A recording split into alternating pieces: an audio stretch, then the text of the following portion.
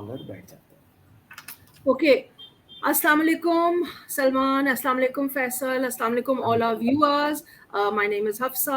Very happy to be here with you on the third episode webinar of our retail reset. I hope all of you are well and having a great day wherever you are. We join you from Karachi, Salman and myself, and Faisal is in cold Canada. So yes, different time zones, but very happy for everybody to be here. Okay, so today, आज हमारा again we're going to talk about the third pillar of the reset. We started, just to take you back and just to refresh everybody's memory, that we started this journey with a mission, Kele, if I may, vision, mission of how can we really help retail banks improve their top line. And when we thought about it, we said, okay, there are challenges, and there are three areas that retail banks can work on. Fundamentally, the three P's that you must be now knowing about. So, we've already talked about portfolio in the first session. We talked about portfolio mix, portfolio health, risks and opportunities in the portfolio. And in the second processes, we talked about how is it very imperative that for successful retail banks, the processes have to be structured and not based on ad hocism. So process is basically a part of the glue that creates the culture. And we talked in depth about that in our last webinar. Today, we are going to talk about that topic that holds it all together, without which the whole reset will just fall flat on its face or not just take off, which is people, which is actually the main software or the glue or the at the heart of the entire reset. You can even call it the people reset, because actually it's the people who have to go and reset and put things in motion. So today is going to be an exciting, a topic very close to all our hearts, mine more so, being in HR. So let's welcome Salman and Faisal and pose a question to you. Is that okay? So we need a different kind of, we're talking about reset of people and reset of the software in the people also, which is the mind and the mindset. So my question is that what is that mindset that is required to be successful in the retail banking space? Salman, if you would. Okay. Thank you, Hafza. Um, Hafza, I think the mindset.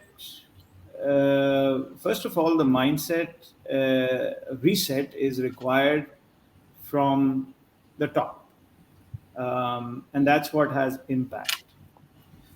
And what is that mindset that needs a reset? Um, if I look at the banking industry, I think the biggest reset is a mindset reset of looking at business from a customer centric lens, um, being customer centric in developing a business, being service centric in developing a business. And I think that's as opposed to what? As opposed to merely being numbers centric, right? Numbers are driven by good customer service. In the retail business, numbers are driven by repeat sales and referrals. That's at the heart of retail business or any business, if I may. And therefore, the mindset of everyone, but especially senior management, needs to be customer centric. So, people need, the senior management needs to know, for example, who are we serving through this business? What are the needs of the customers that we are serving? Um, how are our products designed?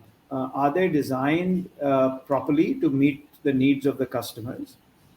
Um, and so on and so forth. And are we running our business so that the service delivery to the customers post buying of a product is meets their satisfaction level and exceeds it? Is the mindset to drive that process of service delivery so that it remains constantly high all the time? So these are the sort of resets required at the senior management level. Once the reset happens there, then it trickles down into the organization, and we would always recommend that it trickles down in terms of obviously verbalizing the mindset, but also putting it, making it part of the KPIs of the organization, the KPIs of everyone who serves the organization and serves the customer. Um, and so, KPIs, processes, and so on and so forth needs to be customer centric. So that's the reset that is required, in my view. Okay, thank you. So, Faisal, so I would ask you that, do you think that this mindset that Salman talked about, the customer centric mindset at the top management, and because if it's there at the top management, then it permeates across the organization. Have you, in your experience, witnessed this mindset in any of the organizations you've worked with?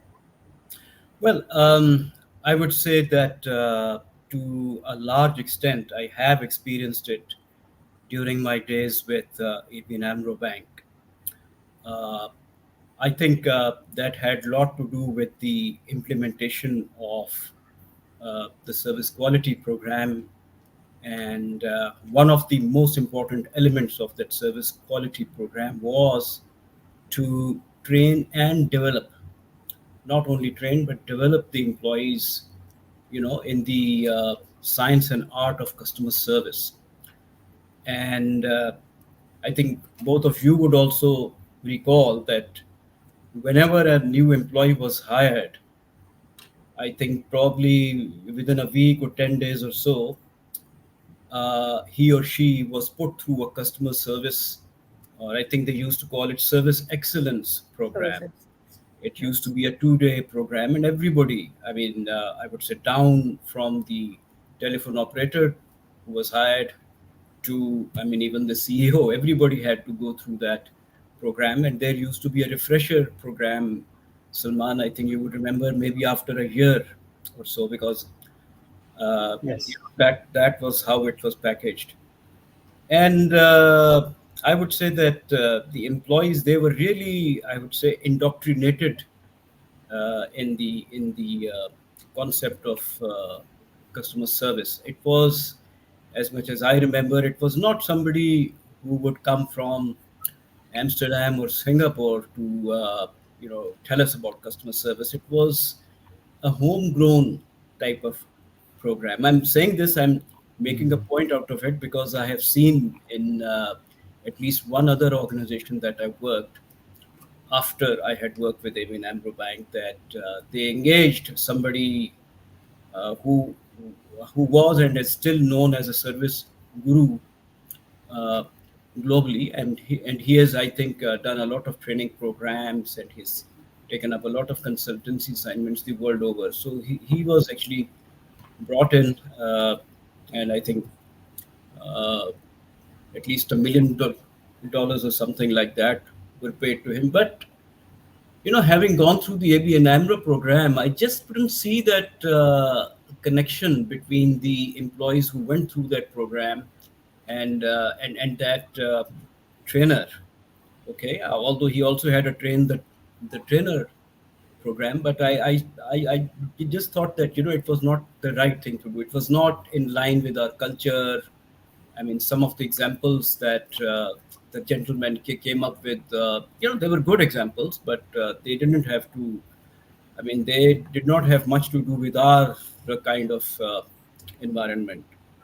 So anyway, since you had asked me about an experience, I can very confidently quote that the ABN AMRO experience was very good in that respect. And the other thing, I mean, since you both of you talked about the tone from the top, the mindset of the top management, I remember that we used to have a country service committee meeting, which was chaired by the CEO or the country manager at that time, and we used to discuss all the KSI, the key service indicators, in a very threadbare manner. And whatever were the issues, the solutions were found then and there, because the service committee consisted of, I think, almost all the group heads and the functional heads. So I think solutions were also found. So I think these two dimensions, the top management mindset as well as the employee mindset, they were very much, I think, groomed in ABN AMRO Bank. Okay. Okay. Thank you again. So now, when we are on the topic of people and mindset, I think because this is critical, right? Because um, it drives business, it drives the customer experience and the employee experience and everything. And what happens when there is a disconnect between the leadership mindset and my mindset? Let's say I am working over there and I am very customer centric and I really think service is very, very important and I want to go out and help the customer, but I don't see it really benefiting me in any way. In terms of benefit, I means, let's say it's not, I'm not getting rewarded for it, or I'm getting reward. So there's a disconnect. My management is not really. How do we attack that? That would be very frustrating, right? So like if my manager says, forget about service, this is what you need to do. Sales is really not service. Just go and sell. How have you again witnessed that, or Salman, if you could shed any light on that? That's dissonance right over there. How do you deal with that? Well, yes, Hafza, I have witnessed it. You see, most of the people who are at the front end facing the customer want to serve the customer, because that's what they confront every day. They confront customers, and either they satisfy them or they don't. So I think the general inclination of everyone at the front of the house is to be able to serve the customer better. It makes them feel good. It makes the customer feel good. But I think what builds the stress at the front is that what I have seen generally across the industry is that the senior management at every level is not really asking um, the front of the house about how well are you serving the customer. The question being asked on an incessant hourly basis is how much business have you brought in, right? And there is this constant follow up, on this particular issue, and that creates a lot of stress. Um, Rather than and what happens then is, obviously, people, because of this, people some people can't take the pressure, and I think the pressure is more not really about meeting goals. It's more about everyone asking you, have you met your goal today, and have you met your goal an hour before, and how have you met your goal an hour later? That pressure is doesn't really bear very well on people, and generally, because of that pressure, people tend to switch organizations more often. If the question, and this is, I mean, there is a bank. I think we mentioned this before also. There is a bank in the UK called Metro Bank, and the question that they ask their front of the house, the KPI that they have given their branches, is Net Promoter Score. They say, what we want you to do is build your Net Promoter Score, right? And lo and behold, what are they really saying? They're saying, we want you to build relationships with customers, solve problems, take care of their needs. And we know that when you do that, we will get repeat business, and we will get referrals, and we will grow our business and business volumes on an ongoing basis. and tell us what we can do for you to help you build that net promoter score, right? Now, that's the right question to ask.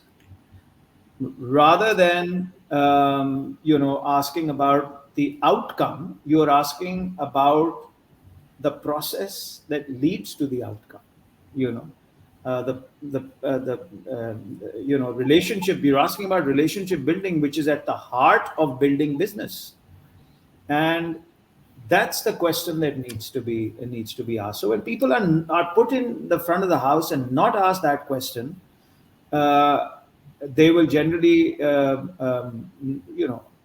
the reason we find such a huge turnover at the front of the house is, my view is, it's because of this. I agree. Thank you for saying that. That Yeah. leads into a very important question of the mindset of the leaders, right? So we said one is the mindset of the the RMs, the branch managers. The branch manager is also a leader. So what are the questions that the branch manager or the leadership should be asking? And you gave a very great example of Metro Bank. And I think maybe I mentioned in my previous webinar or not, the same question was asked. Again, there is a Netflix show called New Amsterdam. I think, I don't know if I mentioned it or not.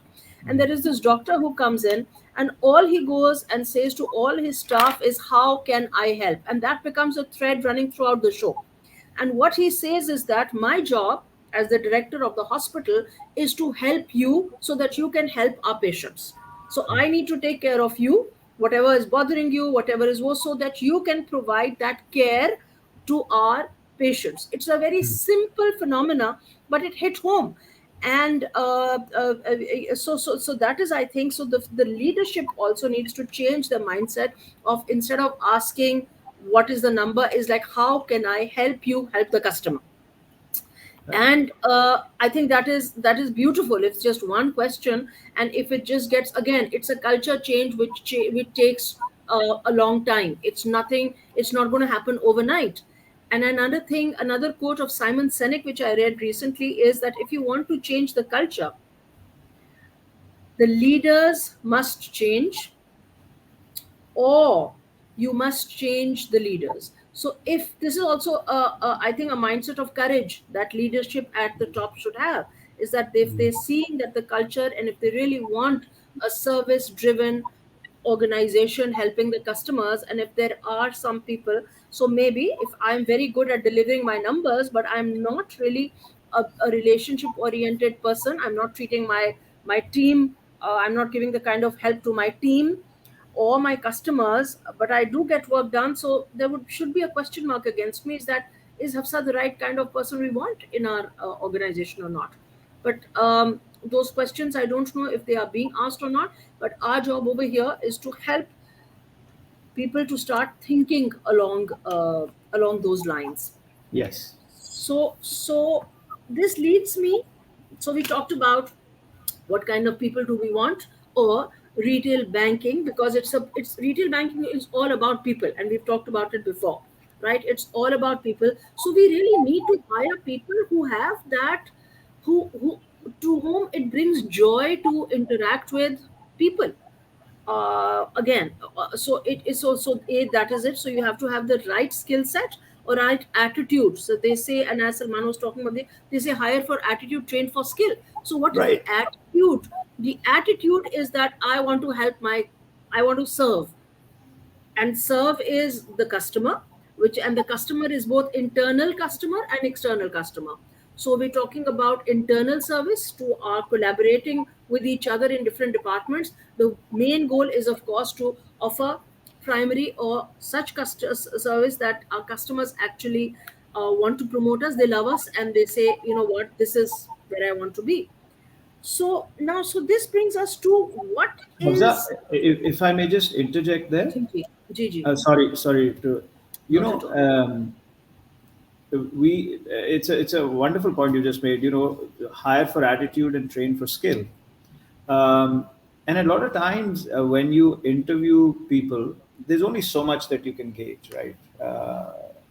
It's over a period of time that you work with people, you know, a month, 2 months, 3 months, that you can actually tell what the real attitude of the person is. And I think organizations should take that time very seriously and look at that individual very seriously. Um, if if you're giving somebody a 3 month probation, and you should actually, then assess. And I'm talking about different job functions. If it's front of the house, that job function and the attitude required for it. Center, that job function and the attitude required for it. And if they do have the attitude, keep them there and train them further. But if they don't have the attitude, then you need to make a call. You know, Yes. change Yes. them around, put them somewhere else where you have a slot. Don't have a slot, then you have to let them go. But you need to take that period very seriously. Just because you've taken somebody on doesn't mean they're hired and they will be here, till they don't meet their numeric goal, for example. Or if they're at the back end, they create, they do a blunder and they're fired. They should be assessed for how well they can deliver on their job in that time period, and the organization should make a call. Being alert to such things also helps in building that customer centric culture all around. That's a very Right. valid point. You're talking about capability assessment, Yeah. right? So you're talking about we take people on, and my point to you would be, before we even talk about capability assessment, there is one more C that we have to talk about, is capacitizing. Yeah. So if we talk about capacity, and is that, do we have the right number? So one is the number. Do we have the right number of people in a branch? So let's say if I really want to serve my customer very well, but I am under capacitized, I don't have people, I am doing the work of three people, then it becomes very difficult for me to even do what I want. So, do you think, and again, either of you two can just shed some light on it, what role does capacitization or capacity in the branches play in delivering exceptional customer service? Maybe Faisal can have a go at that. Ji. Yeah, I mean, absolutely no two ways about its importance, because you may have the right people, but you may not have the right number of people, or you may have issues, glitches in your systems or processes that may prevent people to, uh, you know, deliver their services or to handle their transactions. So I can tell you that in operations, in branch operations, what we used to do was to basically, at that time, and of course there are more modern tools now that have come in the market. But at that time, we used to do a simple time and motion study because there were so many products and services that had to be delivered or transacted in. Uh, so we used to do these time and motion study, come up with the standard times. I mean, align them with the key service indicators, and then see how much time do we have, okay, in terms of the number of hours that any employee is supposed to work. Let's say 8 hours a day. So, and then we would come up with a capacity utilization ratio. Ideally, it should not exceed 100%, but yes, there were cases in which it exceeded 100%. So maybe 110% is something that you can live with. But when the capacity utilization ratio, which is basically the output over the input, when it would exceed something like 120, then you knew that it was kind of a red flag and something had to be done about it. And then you would see whether you need to hire somebody or you need to do a PPR kind of exercise or just do some tweaking with the processes. So yes, in operations we did have, and I'm sure that there was a similar system that was being worked Yeah. on the business side as well. Business. So yes, Uh, there are tools. very good point. And I just want to add to that, Hafza. It's that keen eye for, for such things by senior management, that ensures that you don't wait for the service indicators to go down before you take action on such things. So you act because you've already seen capacity utilization going south, and you make a you ensure that you proactively put people in place. I remember when we used to work at the head office, and one of our colleagues, Hanif Jan, used to manage the head office branch. Um, in terms of capacity utilization, he was very proactive in, during peak times. We needed to have all the tellers manned, and he used to ensure that all the tellers were manned. And then off peak times, those guys used to go back and do whatever else they needed to do. So I mean, that kind of um, customer centric attitude is very important in the front of the house. Especially RMs, etc. When we talk about capacity, we we talk about the RMs having the time, number one, to do their job, and their job is to actually build relationships. So how do you capacitize a branch with RMs or relationship managers or relationship officers? You need to look at the number of customers that are in the branch, valuable customers or potential valuable customers, and then decide how many RMs you're going to be putting in a branch. So we generally recommend, high net worth customers should be maybe 150 customers by per RM. And you go further down, you increase the number of customers per RM. And then there is a part of the portfolio in the branch that is not actually marked to any RM, because you can't afford the time to spend with those customers building a relationship. They don't give you those sorts of revenues. They need to be handled through a different delivery channel, be it call center or other such channels. But RMs need to, a branch needs to be capacitized by RMs based on the number of such customers present in the branch. Number two, then the branch needs to ensure that the RM is allowed to deliver on their JD. They're allowed to get time to go out and build relationships with the customer, as opposed to the RM sitting in the branch and doing the job of of a service officer, or even even an operations person. And we don't find that. We find that most of the RMs, one, are not allocated customers properly, and number two, they sit in the branch most of the time doing operational activities and don't build relationships with the customer. And that's the reason why the customer centricity that we talk about doesn't happen. This isn't driven from the top.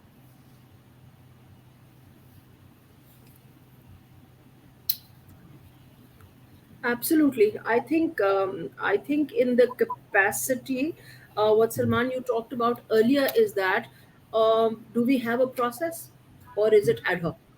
Do we have a process by which we put in people in different branches? Different branches require different skills of people and different number of people as well. So in a Yeah. smaller branch, you may have, two tellers, or but then where I have also seen branches where you have one teller.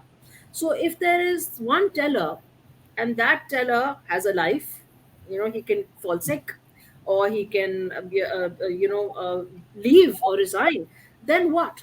And in my experience, again, it is the mindset of the senior management, because if you talk to them about creating a pool that you talked about, is that a cushion or a pool of, let's say, tellers that you can, so it is treated again as a cost, right? Mm. So that, we cannot have extra people. But if the same mindset was that, no, at if the whole the CEO or the head of retail thought that, what, I would not want my branch to be without a teller, or without a RM, or without a branch manager, or without a call center agent, but I need to then plan and capacitize for an extra, let's say, a room or a cushion over and above the normal capacity, to deal with emergencies or whatever. So this is what I have at least seen, is that wherever when if I've raised that, it is like, again, it's treated like extra cost. Now, so again, this goes back to the mindset of the top management, right? It's quite simple that you have a cushion of, whether it is call center agents, whether it is RMs, whether it is tellers, you have a constant pipeline being hired and being under training while that teller is on ground, so that tomorrow if I leave, I don't have to start that search to hire a teller from the time I resign. There is already a teller being trained, Yeah, under training, and he or she can replace me immediately. yeah. So Uh, um, but that's the proactive mindset, right, Hafza? Um, it generally, I find that in a lot of organizations, I find if I ask them, how do you capacitize your branch, right? Um, and my questions are generally targeted towards business development. So I'll ask them about, how many RMs do you have in a branch, and I'll get answers like, in a 10 billion rupee branch we have 4 RMs. 10 billion rupee branch, why do you have 4 RMs? Oh, because it's a 10 billion rupee branch, it makes a lot of money, therefore we've given them 4 RMs. But how many customers do you have? How many high net worth customers do you have in that branch? Do you need four? Do you need eight in that branch, right? How many customers have you tagged to an RM? There is no mindset behind. Oh, some in some branches we have 500 customers tagged to an RM. What sort of customers are tagged to an RM? You generally so there is no method to this. The idea is, again, the question that needs to be asked is that if we are customer centric, what do we need to do to ensure that our people at the front end can deliver customer centric service to our customers, and what are all the things that we need to do to ensure that they deliver that, be it the process engineering that Faisal is talking about, proactive process re-engineering, be it proactively looking at setting standards on how to allocate customers to RMs, um, uh, be it tracking your net promoter score, um, uh, developing KPIs all the way from senior management downwards to ensure that service centricity comes into play, and then driving that process on an ongoing basis. Uh, because there is a lack of it. There was a bank that I spoke to once, and I asked them, how much? I said, I'll give you four different areas and tell me how much time you spend in those areas. So I said, one, I'd like to, how much time do you spend in understanding what customer segments do you serve? How much time do you spend in analyzing, okay, what products do you develop for these customers? How much time do you spend in tracking service quality and driving it? And then how much time do you spend in tracking your P&L? Guess what? The answer was, we spend all our time in tracking P&L, PNL, PNL, PNL, right? PNL. Yes, Yeah. yes, yes. And they were very honest. They said, Yeah. listen, all these things you're talking about, we don't do, right? At our level. So we track P&L, and that's our main focus. Lo and behold, I mean, if you do those sorts of things, obviously you're not going to build processes. Najib's just commented, and very rightly so. This is something close to your heart, but since he's talking about board, I'll let you comment on the rest of the comment, Hafza and Faisal. But at the board level, who's asking at the board level about, hey, listen, management, where are the service standards here? Are we tracking something? Are we giving it time? I mean, we have committees for audit, we have committees for risk, we have committees for HR, we have committees for IT, etc., etc. Do we have a committee to track customer experience? You know, But customer experience is what we're here to give, actually, the customer. And yet, at the highest level, at times I think CEOs get stuck there as well, because they're not asked the question at the board level, right? There is that importance is not being given at the board level.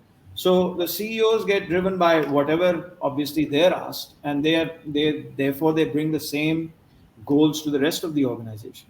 So my challenge is, can we put it? Can companies actually think about, okay, can we put customer experience at the center of, or introduce it at the board level and talk about it at every board meeting and track it rigorously, and then bring about the change we're looking at?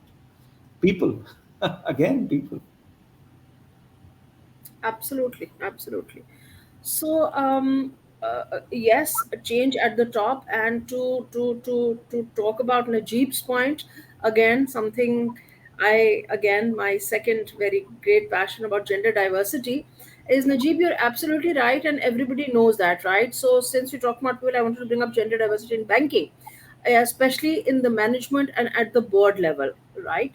So this is also a mindset, to be very honest, that needs to be challenged at the highest levels. Is that, yes, if there is, but I feel this, we are making slight progress because we were talking about it. Maybe a couple of years ago this question wouldn't have come up at all, and we wouldn't have been even talking about gender or diversity, but now we are being forced to actually talk about it. I remember a previous organization where I was, starting this journey on DNI, and a lot of very senior people used to come and say, "Yes, Wafsa, we've hired that female, just all because of your agenda for DNI, your DNI, because HR." And it took 2 years for that language to slightly change. It took you 2 years. It was like, it's not my DNI, it is for the business interest. So I think, of course, it's a journey. We've started going there, and we're also now having women put up their hands and say, no, I want a bigger role, I want a bigger job, I want a seat at the table, I want to become on the board. So it works both ways. So it would be great. And yes, even I have done research in my previous time, branches where we had a female branch manager, their service indicators were better, the ambiance was better, customer complaints were low. So it is business, it definitely is there to do.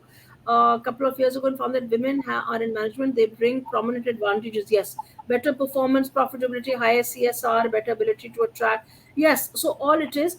And the new thing is, so it's definitely, it's a big thing. We need to have more females in leadership roles, and also more so for, because again, I think I spoke about it previously as well, that after COVID, the leadership model for, so the model for leadership has really remarkably changed.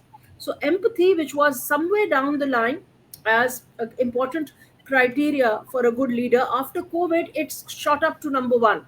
And guess which gender is more empathetic? We're built that way, right? So it is, I would love to have more CEOs, more retail heads especially.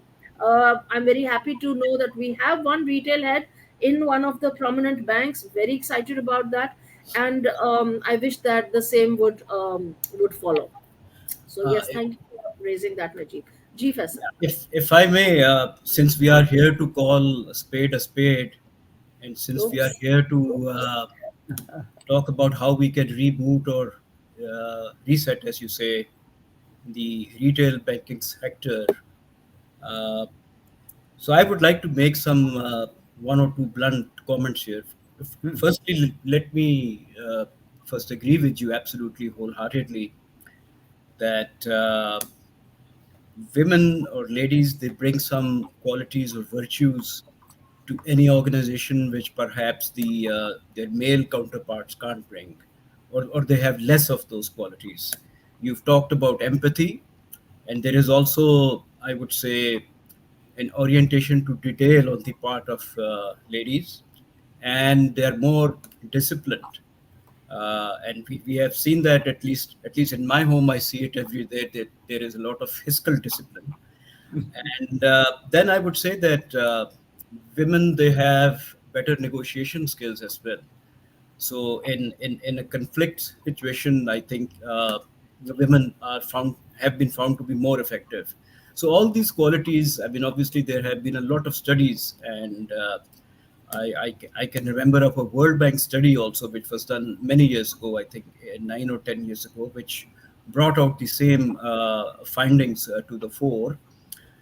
Now let's see what is the situation in Pakistan banking sector as of this point of time. Yes, okay, we may have some group heads, like you said that there is some bank which has got a retail banking head, which is very good, and there is even a bank which has got a group operations head, in their team.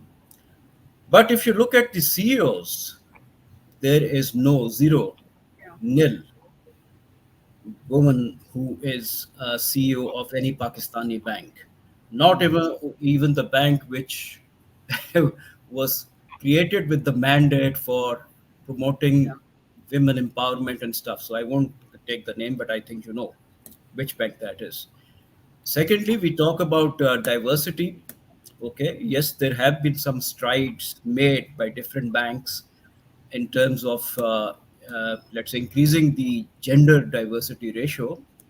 Okay, but when we talk about inclusion, there has been hardly any work. I mean, you yourself alluded to the lack of leadership roles that are occupied by the women in our banking sector. Uh, I can talk about, I'm not again going to name, but now that bank, they've got 20 members in their management team, in their executive committee, 20 people, and they're all males. Okay, and then SCCP that Najib Rahman has referred to in the context of a study. Yes, that study is good, that study is important. But then when you look at the boards of these banks and even the non-banking companies, but since we are talking about banks, there is at the most only one lady per board of these banks, that we see there. That is just to satisfy, that is just to tick in the box the SECP corporate governance requirement, which mandates all the organizations, corporate organizations, to have at least one female in their board. So they have met it. It has been estimated that it will probably, at a global level, take at least 2 centuries, Yeah. 200 years to reach the gender diversity goals. Okay. And we are not even right now talking about the pay disparity, which is the case in cases, of differences in genders. The males, they overwhelmingly get more highly paid than the women. So such is the pathetic state of affairs. So I don't know what has to be done. Yes, I mean, these are all very, I would say, well-known things, that the mindset has to change, the tone at the top has to change, that hypocrisy has has to change. But it's a glacial pace, and I'm quite concerned about it. I'm very much concerned about it, actually. I mean, the women are like 50% or more of our population, and look what we have when we see the corporate scene, and compare it with, let's say, Saudi Arabia even, or Iran. I mean, they've got much higher diversity and inclusion ratios. Okay, so this will actually take us into the realm of ESG also, basically environmental and social and governance factors. I mean, since you've talked about DEI, diversity, equity as well, and inclusion. So that's part of the ESG agenda as well. Thank you. Yes, yes. Thank you, Just Valsa. one more comment, Hafsa. I want you to respond to it.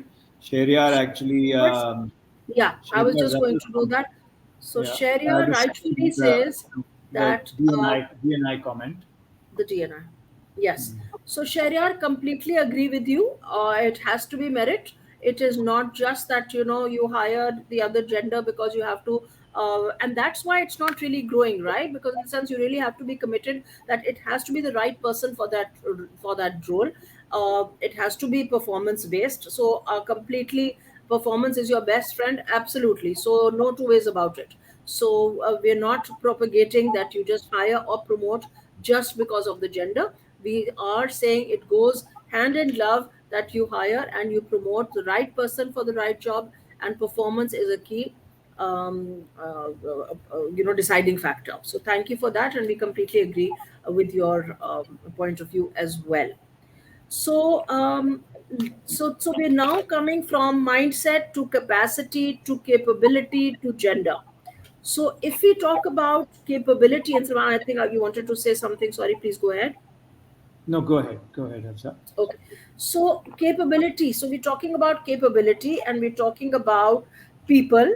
And surprisingly, we were doing we doing some work, and the key number one challenge, if you ask banks, retail banks right now, is that what is your number one biggest challenge, and what do you think that would be? It is basically attrition of people, of staff. So we're talking about that today. So this brings us into why it is so critical to talk about the people element. And of course, attrition of staff leads to also customers attriting. So if I am a great branch manager and my customers love me, and tomorrow I move to a different bank, what happens is that my customers move with me. So it is in the best interest of the bank to make sure that they retain the top performers. We're not talking about retaining everybody, we're talking about retaining top performers. And what can they do to do that, to stop this attrition from happening? Um, well, many things again, but I, to me, and I will ask you both to comment on it, is that I basically feel that we need to start treating people as human beings. The care, the empathy, and our ability to invest in them and to see the potential and help them grow. So, how can I help you? Is what I would leave you, is that you want to stop attrition? Start by asking, Hafsa, how can I help you achieve your goals? What do you need from me? What do you need? What do you want?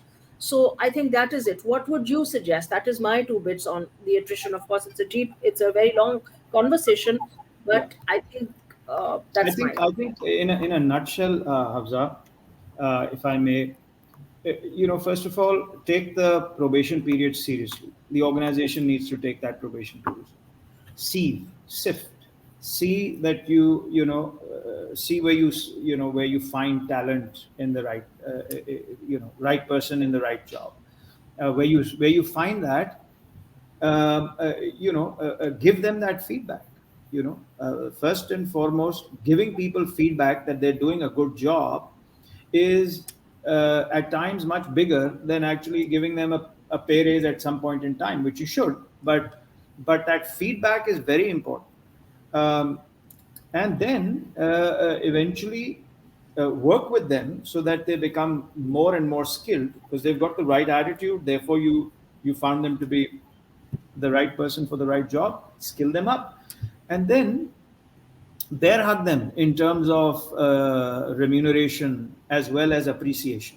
I mean, this is the way you want to, but you have to be, again, you need to be very sensitive as an organization to people across the organization, not just your C-suite or CXOs or SEVPs and etc. It's the people who are working where the rubber hits the road at different spaces in the organization on a day-to-day basis that you need to be conscious about.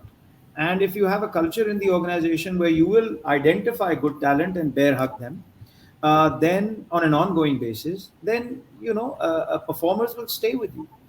Generally, we tend to, when it comes to appreciation, uh,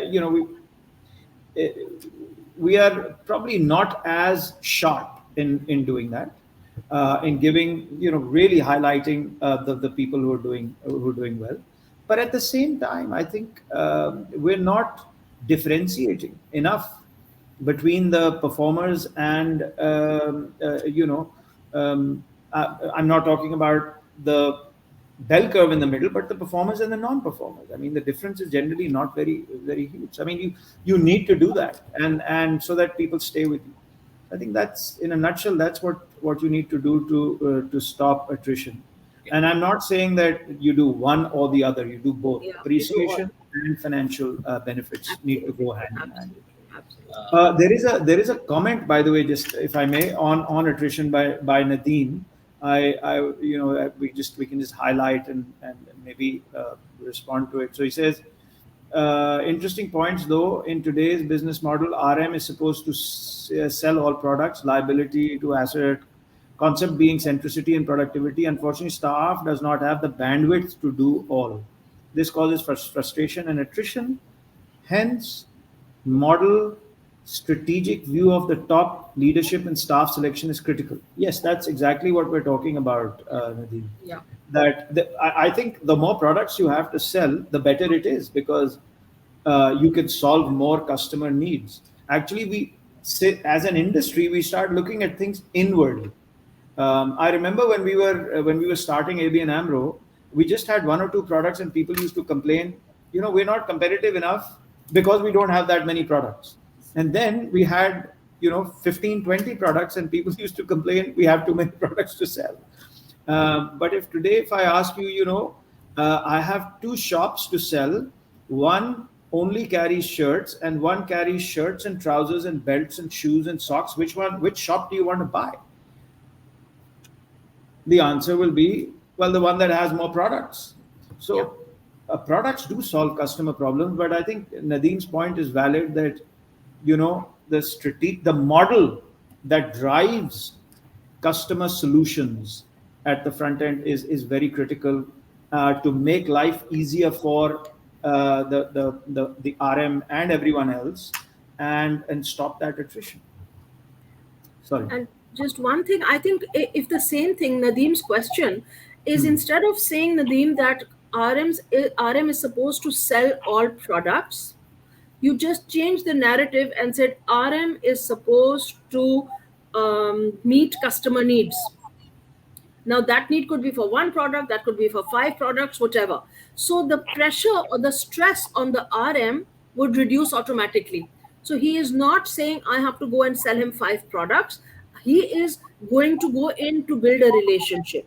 So, again, the narrative needs to be changed, the KPIs, whatever you call it, whatever. And so, this also stems from what questions are we asking. So if I'm an RM today and I'm saying, Hafsa, you have to sell this and this, so I have to psych myself up that, oh my God, irrespective of whether Salman wants this product or not, I have to close the deal and sell that to him.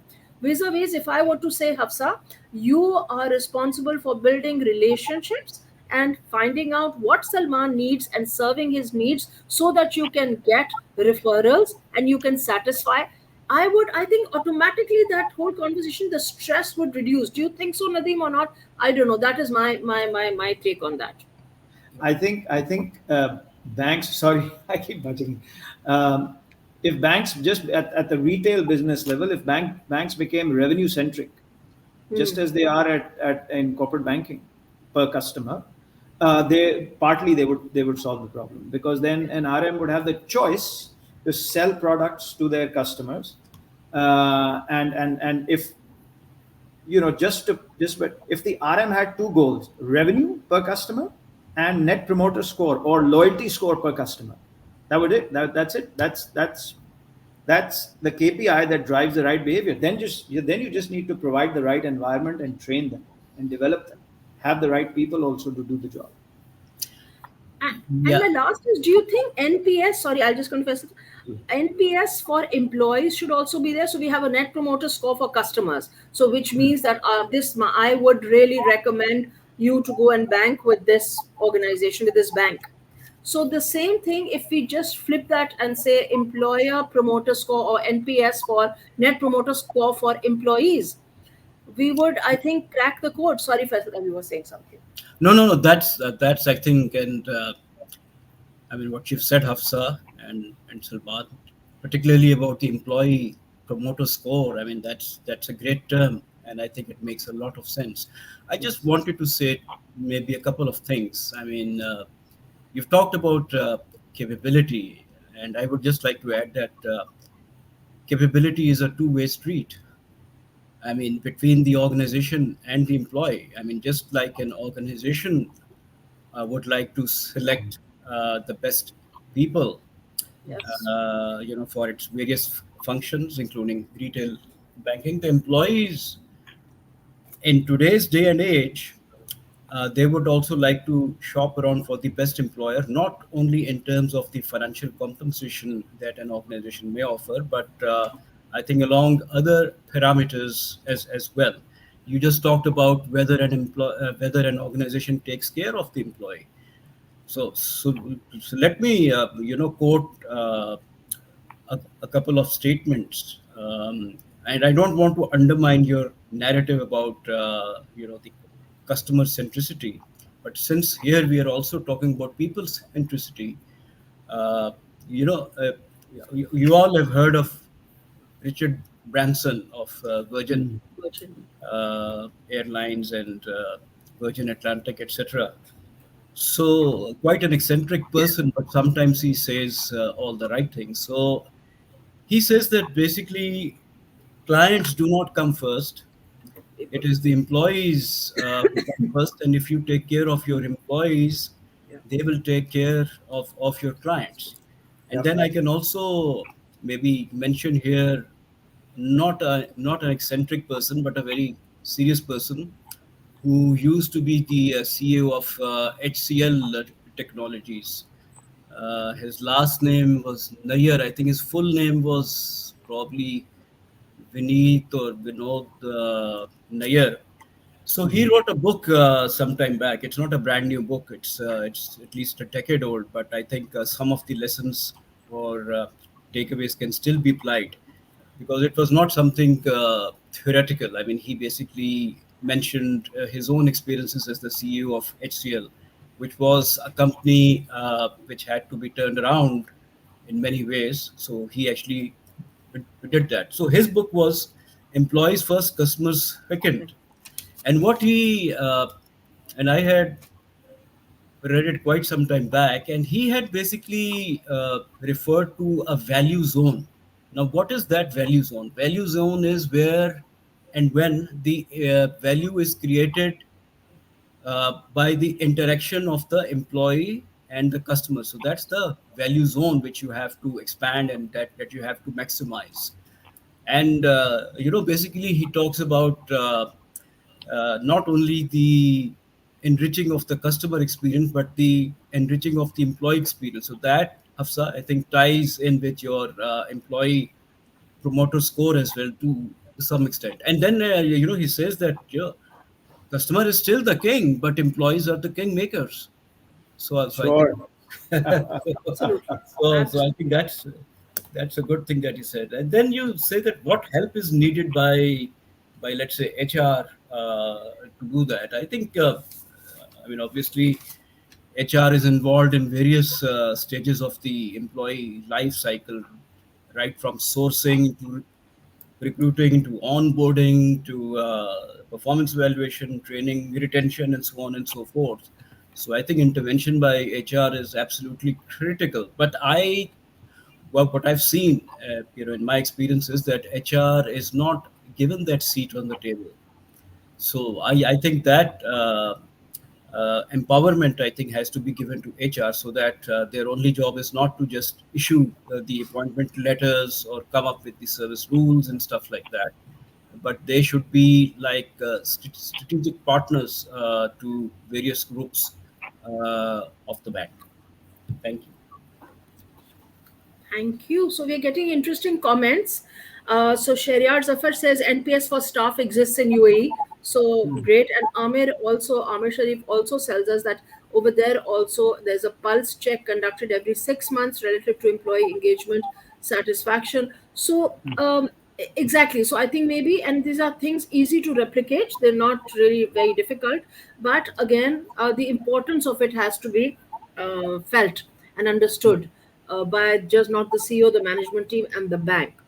So I think This an brings interesting comment by Ali Khurram Pasha also.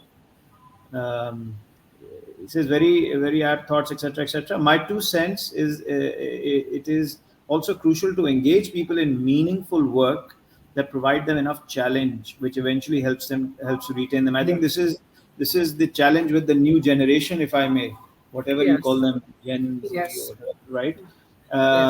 They're one of their top one of their uh, top I guess Wants, um, wants is desire is to basically to work is to do meaningful work. meaningful work. When we were being hired, if you asked us, what do we want a career, we want reward. But that apparently for this generation is amongst the top five, the bottom two. So they want flexibility, they want these sorts of things, and which is great because it pushes organizations to use their staff efficiently, and I think Absolutely. that's great. So yep. Okay. Good comment. So, One comment, Hafza, if I may. Gigi. Actually, it, um, Zafar Mirza had a question which I just want. I know we're going to run a little over time, Hafza. Had a Okay. question which maybe Faisal can answer. This is, I think, time and motion study. It was about time and motion study, and maybe we can highlight that, and maybe Faisal can take that question. Faisal, I think this question is, I think time and motion study only holds its ground Holds if the its ground. staff are fully capable to handle the operations efficiently and effectively. Otherwise, you will not be able to get the desired results. How to manage spend time in an effective way is a challenge. What would be Yes, your yeah. I mean, when I referred to time and motion study a few minutes ago, I said that the assumption is that you've hired the right staff for the right job, and that they have been effectively trained to perform their jobs. I mean, absolutely, I can only agree with Afar Mirza's comment.